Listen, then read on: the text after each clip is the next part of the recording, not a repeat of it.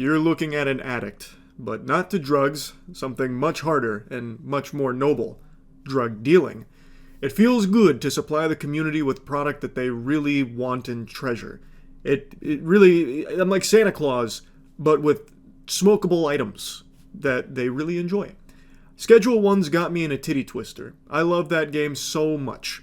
And yesterday, I made a video talking about an investigation that's been launched into Schedule 1 on the grounds of potential copyright infringement. It was launched by a publisher called Movie Games, and they have a title that also competes in this genre called Drug Dealer Simulator. It's a very competitive genre now. It is cutthroat out here. It's like rival cartels going at each other now. And over the last 24 hours, there's been a lot of new developments here in this season of Breaking Bad Gamer Edition, with a statement from Movie Games themselves, as well as the developer of Drug Dealer Simulator, Bite Runner, coming forward. Also, I want to make a mention of this. I talked about it on stream briefly, but I changed the title of yesterday's video covering this. I initially called it a lawsuit that they launched against Schedule 1, because that's how a lot of other media reported it, as a lawsuit that had been launched. But it's not 100% accurate to say that. It's an investigation that's been launched, which does start the process of a lawsuit if Movie Games decided to pursue it.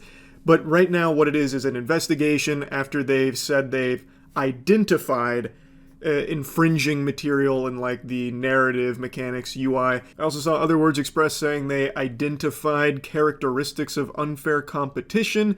But anyway, there's not an official lawsuit they filed. It is an investigation, which, yes, could lead to a lawsuit later on if Movie Games decides they want to go down that path. Nintendo did something similar pretty recently with Pow World, where they investigated Pow World and then later down the line launched their lawsuit. So it could happen, but from their statement, it sounds like that's not what they're trying to do. Dear gamers, we'd like to address the Schedule 1 Drug Dealer Simulator situation and share some facts. 1. There is no lawsuit. 2. It is not our intention to prevent Tyler Video Game Studio from selling or developing their game. 3. There's an investigation into the nature of similarities between the games, since a preliminary legal analysis indicated there might have been an infringement. 4. The analysis and investigation were necessary in light of repeating opinions that the games are very similar. By not investigating it, Movie Games, being a publicly traded company, could face severe consequences for negligence. Let me just take a brief pause here. That one is really confusing to me because obviously there's going to be similarities between the games. They're in the same fucking genre. That's to be expected. There's nothing copyright infringing about sharing mechanics in the same genre. There's only so many things you can do to make fucking weed, right? But you're saying that repeating opinions are what drove you to this about how similar they are. How does that work when you filed this investigation the same day Schedule 1 launched? They filed this on March 24th, the launch day of Schedule 1. How many repeating opinions could there have possibly been? Like, it's not like this is something that had been simmering and bubbling over like speculation. Did Schedule 1 infringe upon Drug Dealer Simulator's copyright? Like, that wasn't a prevailing thought process. This happened immediately when Schedule 1 launched. My best guess is they're referring to their legal analysis that had this repeating opinion that they share a lot of suspicious similarities. But that doesn't really pass the smell test for me either, because there's other drug dealing games out there that I think share more in common with Drug Dealer Simulator than Schedule 1 does, and they didn't get hit with an investigation by Movie Games. And another thing that really baffles me, why just Schedule 1? From what I've seen, I don't think Movie Games has gone after other drug dealing simulator games, like Weed Shop, for example, a game near and dear to my boners. Weed Shop and Drug Dealer Simulator also share a lot in common. Like, a lot. They do. But Weed Shop didn't have Movie Games knocking on their door, taking a peek under the hood to make sure everything was, A-OK there with no infringements. And while I understand companies have to defend their copyright, otherwise they're going to lose it and it's a big problem for them, it's something I'm very well aware of, I've talked about it before. This doesn't really feel to me like a case of them doing that just for the sake of, doing their due diligence, making sure, no one tries to hit them for negligence, because they haven't done this for any of the other drug dealing games in the genre, like Weed Shop and other ones that do share similarities, a lot of similarities with Drug Dealer Simulator. It seems like it is specifically targeted at Schedule 1 and none of the others. Anyway, though, to number 5, they said, the above was communicated only via SP, a stock market communication system where we are obligated to publish such information for full transparency. Not publishing it would also be a case of negligence. From there, it was picked up by media and in some cases wrongfully reported as a lawsuit. And then number 6. The above is handled only by Movie Games, the publisher, not Byte Runners, the developer of Drug Dealer Simulator. The developer is not involved in it whatsoever. There's no ill will towards Tyler. We even emailed them best wishes shortly before the release when the game was already huge, but before the investigation was deemed necessary. However, we are obligated to perform this investigation, act accordingly to the scope of the infringements if it's confirmed, and inform the public about it via SP. So, there's quite a bit I want to say here. So number 1, they're 100% right on. There is no lawsuit. They have not filed a lawsuit. It is an investigation. Could lead to a lawsuit if they choose to, and that's something they mentioned at the end. They might go down that path, or maybe they'll ask Tyler to change certain things about the game. Who's to say? But there is no lawsuit. That is correct. But my 2 cents, this really does feel like they are trying to find some wiggle room, some ground to stand on for action against Schedule 1 in some capacity.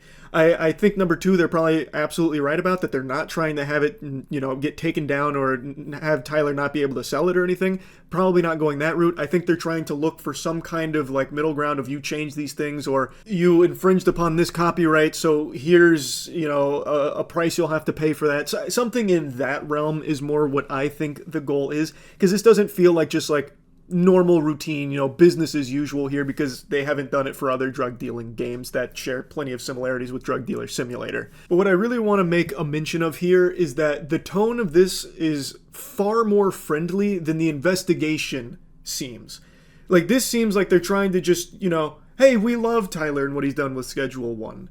We just had to investigate because we're a publicly traded company and we want to make sure everyone knows that we're doing our due diligence. There's no negligence here. We're making sure it's just, some coinky-dinks. We're in the same genre. It's just going to be a couple of little similarities, but nothing infringing or anything.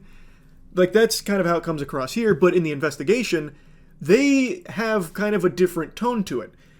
Instead of saying, we're just checking things out to make sure, they explicitly use the word identified.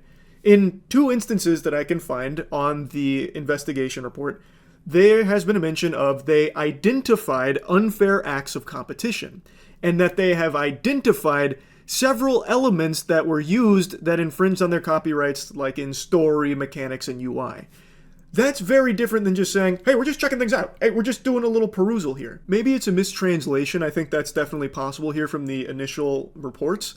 But when you say things like you have identified the unfair acts of competition, you have identified several elements that were protected by copyright, that's already saying you have found things that you believe there is an issue with. And now you are investigating further in case there's more or to analyze the extent of it. Whereas in the statement, they portray it as though this is just something they need to do as a publicly traded company because there's similarities and they want to ensure there's no copyright infringement. They talk about how there may be copyright infringement, so they just needed to check and make sure. Whereas in the investigation report, they do explicitly say that they identified the usage of several things that were protected by copyright. So, to me, that's just a little contradictory. I think that conflicts a little bit there. Now, again, it could be a mistranslation. I do think that's definitely possible. We'll have to wait and see what shakes out from all of this. But there just is a difference to them saying, oh, we just do this because these games are really similar. We want to make sure everything's okay. Versus, we identified things that are not okay, and now we're investigating further. Those are just 2 very different things in my eyes.